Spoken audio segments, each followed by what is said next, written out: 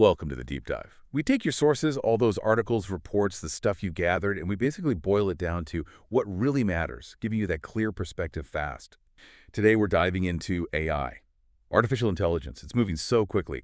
We've got a bunch of recent news, some research, industry moves, and yeah, our job is to filter it for you, give you that shortcut to knowing what's going on. Okay, let's unpack this stuff. We're seeing new ways to, customize AI for your own work, your productivity. Then there's a coding side, super competitive, almost cutthroat, and yeah, even legal fights over who owns what. The AI scene is just buzzing right now. Innovation, collaboration, conflict, it's all happening. It really is. And the key thing for you listening is how fast this is all changing and how interconnected it is. What we're looking at today shows AI hitting different industries, but also hitting your daily life in new ways. Our goal is really to connect those dots for you, show you where AI is now and what that actually means. Exactly. So let's start with how AI is getting, well, more personal. Almost like your own bespoke research aid. Google's NotebookLM, that's their AI note-taking tool, it's getting some pretty cool updates, specifically audio overviews. Ah, yes, the AI podcast. Right. If you haven't used them, imagine feeding it your documents could be readings, notes, whatever, and it generates an audio discussion about them with, like, virtual hosts. It's kind of wild. Yeah, summarizing and discussing your own material. And the big new thing is customization, not just what it summarizes, but the tone of these AI podcasts. They've got 4 formats now. First is Deep Dive, hey, like us. Yeah. It's 2 AI hosts talking, exploring the topic in depth. Okay. Again, brief, short, concise, just the main points. Good for catching up quick. Makes sense. Critique gives you constructive feedback on your source material. And debate, 2 AI hosts arguing different perspectives, which could be really useful. That's fascinating. What Google's doing here is, well, they're making sophisticated analysis much more accessible. Democratizing it, really.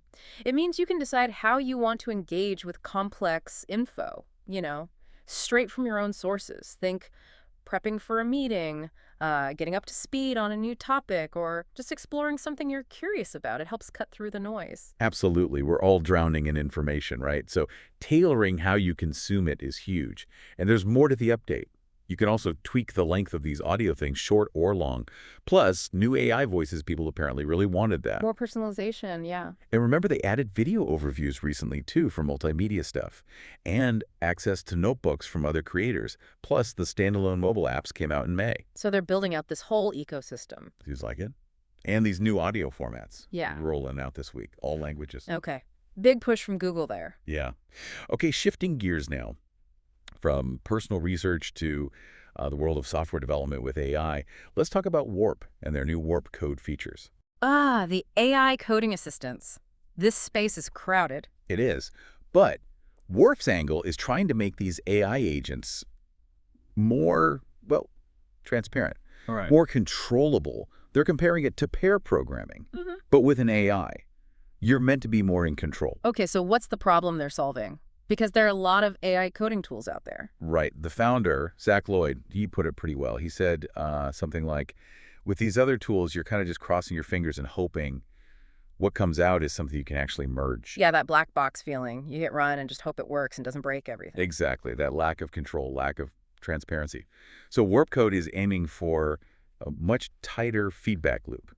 Lots of tracking, it changes, diff tracking, so you can see exactly what the AI is doing, step by step. So it's less about just spitting out code and more about collaborating with the AI, understanding its process. Precisely. It's tackling that trust issue. Yeah. Developers are often wary, and rightly so, of code they didn't write or fully understand. Warp gives you that visibility.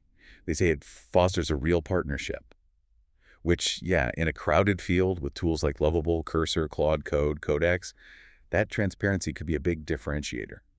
Okay, so practically, what does that look like for a developer using it? How does that feedback loop work?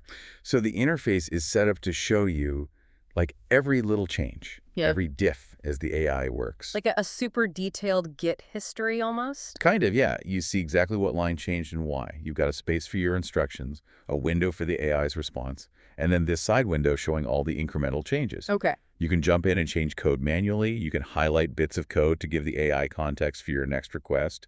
And get this, if the AI makes a mistake, Warp's compiler tries to automatically troubleshoot it. Suggest fixes. That's pretty smart, automatic debugging. Yeah. Lloyd's goal is clearly stated, making sure that you understand the code and making sure that you can edit it and review it. Human agency.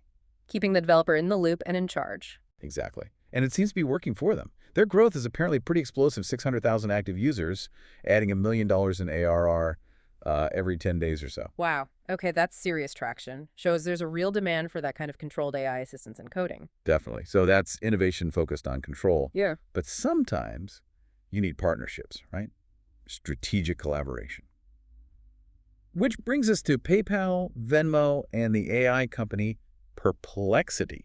Perplexity, the AI search answer engine. Right, and they launched their own AI-powered web browser, Comet, back in July. It's got an integrated AI assistant. It does AI search summaries, compares products, all built into the browser. Trying to take on Chrome and the others with AI smarts. Exactly. And here's the hook, the partnership part. PayPal and Venmo users, they're getting early access to Comet, and a free year of Perplexity Pro, which normally costs, what, $200? Wow, okay, that's a big offer. So what's in it for PayPal and Venmo? Why give away a $200 subscription? Well, a few things. It draws users into their apps, obviously. Great incentive. It also conveniently highlights PayPal's new Subscriptions Hub feature, where you can see and manage recurring payments. They even have a promo, like get $50 back if you link and pay for 3 subscriptions there. Clever cross-promotion. Get them using the new feature. Yep. And crucially, it expands what they call agentic commerce. Agentic commerce. Explain that a bit. How does that work in practice? Think about asking Comet, the browser, find me the best deal on noise-canceling headphones. It finds them, compares them, maybe finds a coupon. And then if you approve, it could potentially use your linked PayPal account to just buy them. Instant checkout, handled by the AI agent for products, travel, tickets. Okay, so the AI acts as your shopping assistant end-to-end. That is a big step beyond just search. Right. So for PayPal, it's about embedding themselves deeper into that online commerce flow powered by AI. And for Perplexity, massive user acquisition, I assume. Absolutely massive. Access to millions of PayPal and Venmo users in the US, and they say it's going global later this month. It's a huge boost in that browser war and the AI agent battle. Gets their tech in front of tons of people and maybe converts some to paying pro users down the line. Yeah, that makes sense. It's a classic ecosystem play, really. Established finance player teams up with a hot AI startup, could reshape how you, the user, manage money and browse the web. Diego Scotti at PayPal called it giving customers access to one of the most anticipated AI browsers. So yeah, big strategic move. The offers in the apps, one per account, not for existing pro users, runs through end of 2025.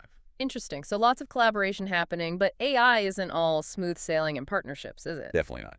Which brings us to our last segment. Things get a bit more contentious here. We're talking legal battles, specifically a lawsuit filed by Scale AI against a former employee, Eugene Ling, and a rival company, Mercer. Scale AI. Yeah. They're huge in the data labeling space, right? Preparing data for training AI models, foundational stuff. Yeah. Exactly. Super critical part of the AI pipeline. And they're accusing Ling, who went to work for Mercer, of stealing over 100 confidential documents. Oh, what kind of documents? Stuff about Scale's customer strategies, Nah. proprietary information. And Scale claims Ling was pitching Mercer to one of Scale's biggest clients called Customer A in the suit, worth millions even before he officially left Scale. Wow. Okay, that sounds like, well, corporate espionage, if true. The claims are misappropriation of trade secrets against Mercer and breach of contract against Ling himself. It's serious stuff. And this is where it gets really interesting, I think, because this lawsuit just pulls back the curtain on how intense the competition is at this foundational level of AI, the data prep layer. It's not just about the fancy algorithms, it's about the data, the know-how, the customer relationships. And this shows how high the stakes are. Intellectual property, talent. It's critical. Yeah, this isn't just some minor disagreement. Scale is clearly very concerned, especially since Scale has faced scrutiny before, right? After Meta took that huge stake in them, some of Scale's other big clients who compete with Meta reportedly cut ties. That's right. So losing another major client, especially potentially due to stolen information, would be a huge blow. What's Mercer saying? Their co-founder, Surya Mitha, denies using Scale's data.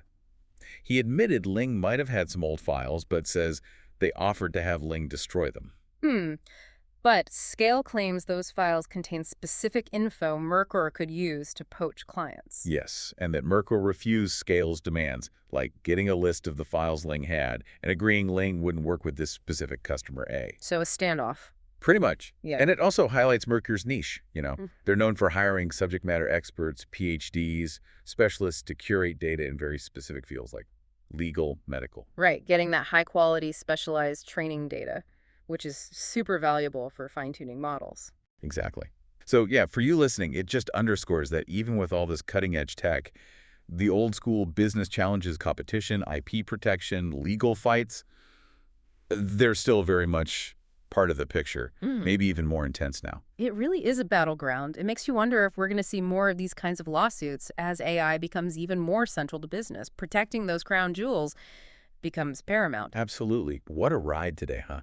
We went from super personal AI tools like NotebookLM Yeah, customizing your own info feeds. to the nuts and bolts of AI coding with Warp, focusing on that human control. Trust and transparency there. Then strategic partnerships like PayPal and Perplexity trying to reshape web browsing and commerce, The big ecosystem plays. and ending up in the trenches with legal fights over data and talent between Scale and Mercer. Whew. Yeah, So what's the takeaway? I mean, it's obvious AI isn't just hype anymore, right? It's actively changing how we work, learn, spend money. Definitely. And it's not always neat and tidy. There's collaboration, but also fierce competition and conflict. Hmm. And I think the rapid evolution we've seen just in these examples, it means this landscape is just constantly shifting, which leaves us with a pretty big question, I think. What's that? How is this tension going to play out? The tension between, open innovation and keeping things proprietary, between letting AI run free and keeping humans in control. How will that constant push and pull shape the AI future that impacts all of us? That's a great question. That tension seems central to almost everything we discussed today. Hmm. Something for everyone to think about. Yeah, it's the space to watch. Because these aren't abstract issues, they're directly shaping your digital world. Couldn't agree more. Well, that's our deep dive for today. Thanks for joining us as we navigate the latest twists and turns in AI. Keep exploring, keep asking questions. And we'll catch you next time.